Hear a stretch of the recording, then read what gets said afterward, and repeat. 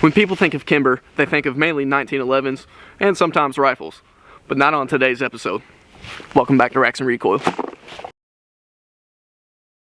Today we're going to be taking a look at the Kimber K6s. Now this is the double action, single action model with a 2-inch snub nose barrel, and it's also chambered in .357. This isn't typically what you think of when you think of Kimber, but recently they stepped into the revolver game. I'm kind of happy to see it. It's a beautiful looking gun, and with everybody having their Christmas gift cards and tax season coming up soon, they're going to be looking for a new carry gun. Let's see if this one is a carry king or just a safe queen. Real quick, take a look and see what you get inside the box. You get the obvious little Kimber pouch that you get with pretty much every 1911 that you buy. The gun lock that everybody's just going to throw away anyway. A little Kimber sticker, and you actually get the little speed loader. And then, obviously, the revolver itself is on the inside of that pouch. I have not fired this gun yet, so we're going to throw first some 38 specials in here just to test it out. One feature I wanted to point out that a lot of people seem to really like is how that cylinder is recessed and your rounds just sit flush in there. To me, it doesn't matter either way, but a lot of people like that, so I just figured I would mention it. Alright, let's throw some lead at a target and see how it goes. I'll probably just go in single action for now, just get a feel for this trigger.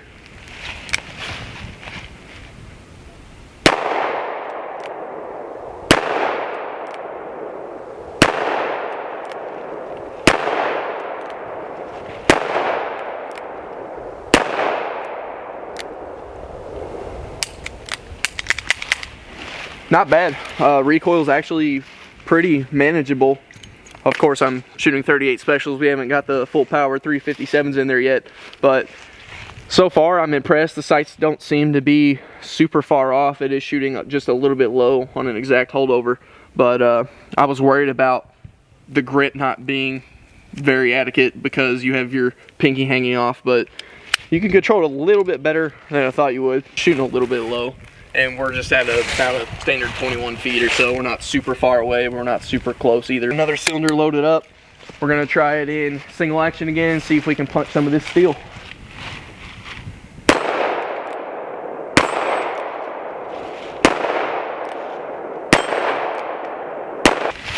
Not too bad. Still getting a feel for the sights, but doesn't seem to be. I think I'm still shooting a little low. Looks like my bullets were going under there.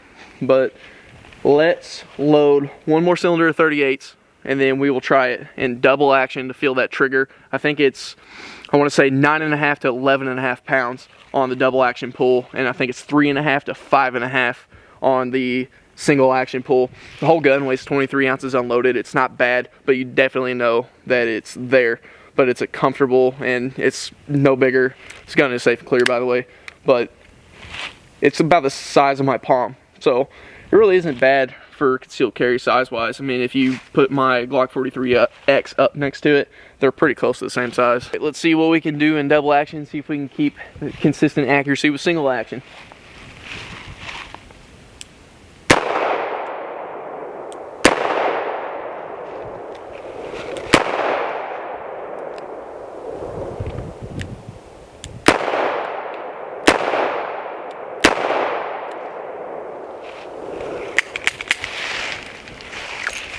I try to take my time there just because I wanted to really get a feel for that double action trigger. And you can see on the target, it's actually not bad. I actually shot a little bit better until I started to rush those last two shots, but it's really not bad. I will say this has probably one of the top 2 triggers. The only trigger I would compare it close to, and you're not going to believe me on this, but it's actually the Colt Python. I mean, I really would say this feels like you're shooting Colt Python. It's even, I thought my Smith & Wesson Model 19 was pretty smooth, but Kimber's giving it a run for its money. Just how light this trigger is. I mean, there's hardly nothing to it at all. I mean, it takes barely nothing. Even on double action, it is very smooth. 357's going in the cylinder. We're going to try this in single action. See what kind of consistency we get here. Might have to hold on to this one a little better. Yeah, you can definitely feel that difference.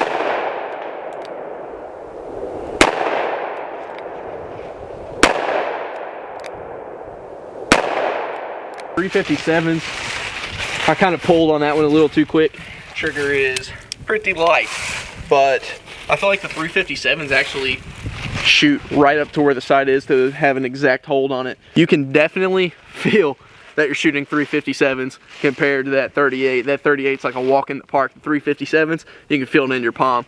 It has some serious firepower, but it is a 2-inch snub nose. I mean, you kind of expect that. It's a light gun, and 357 is just powerful anyway. See what we can do in double action here.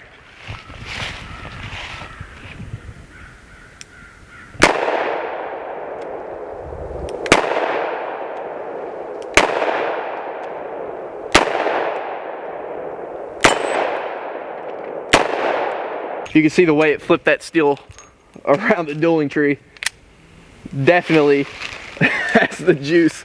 And I'm telling you, I could live with not shooting 357s out of this thing. I would actually prefer to carry it in 38s. You can call me a you know what if you want to, and I completely get it.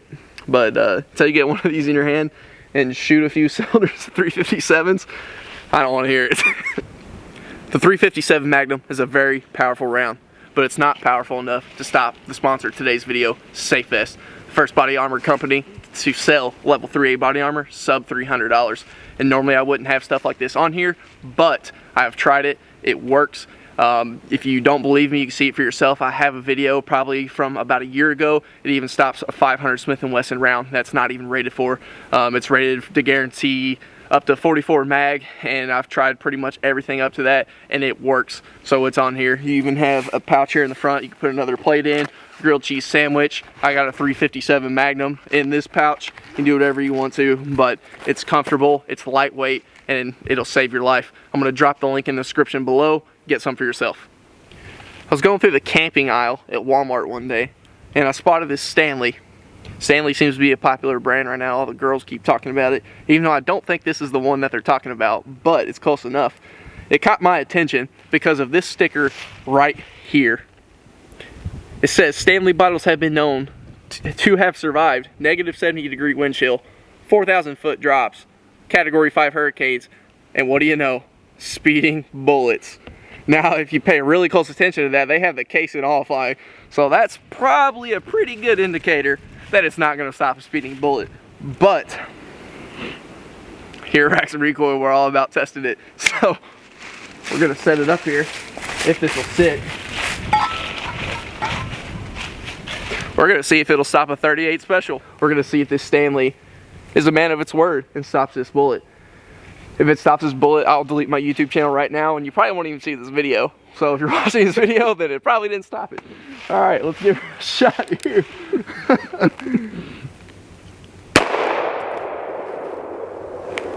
It didn't stop it. Just like well, would you look at that? Straight as an arrow, right through it, inside and out. Stanley, I'm calling you out. You're a liar.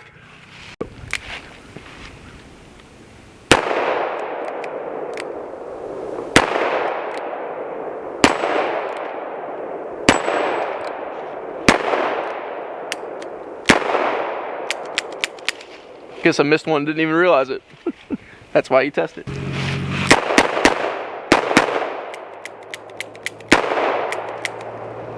Did it skip a cylinder or what? I wonder if I had a bad round.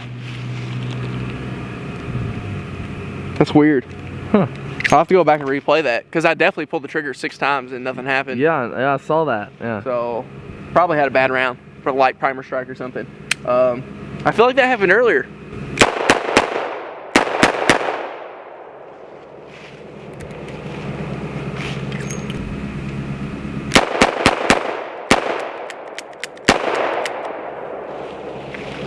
So consistently it's doing that, and I have the cheapest range ammo you can probably find, but it appears that we keep getting light primer strikes.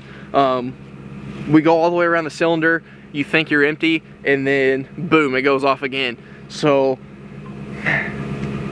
that's kind of worries me, because I'm not sure if it's a problem with the Kimber or if it's a problem with the ammo. I really do like the 3 big white dots as a sights. It reminds me of shooting like a semi-auto or something. I like it. I think it looks amazing, and 38s aren't bad on recoil. 357s, different story. And if you're recoil sensitive, then this isn't the gun for you. Unless you're gonna fire 38s out of it, then it's not so bad. But I do need to look into that light primer strike issue. I'm gonna try to slow down the rate of fire here, see if it makes any kind of difference. I don't know if I'm rushing it too much and I'm outrunning the time of the cylinder or what, but I'm trying to eliminate any possible cause. So we're gonna fire it a little bit slower. And it runs better that time. So it's hard to say. It's really hard to say. I could just be outrunning the gun. I'm not an expert in revolvers. Don't even know if that's possible. I didn't think it was until today, but now I'm just trying to come up with anything that it could possibly be. But it could be as simple as an ammo issue. Like I said, it could be a hard primer or anything. The Kimber K6s, it's not the most detailed review you're ever going to see, and it's definitely not an accuracy test, as you can tell. This is more of just a comfort in the shooting, performance, make sure it's going to function, right? What do you think about it? Yeah, tell them shoot 38s. Yeah, shoot 38s. Thanks for watching RacksNRecoil. I hope you guys had a Merry Christmas and Happy New Year.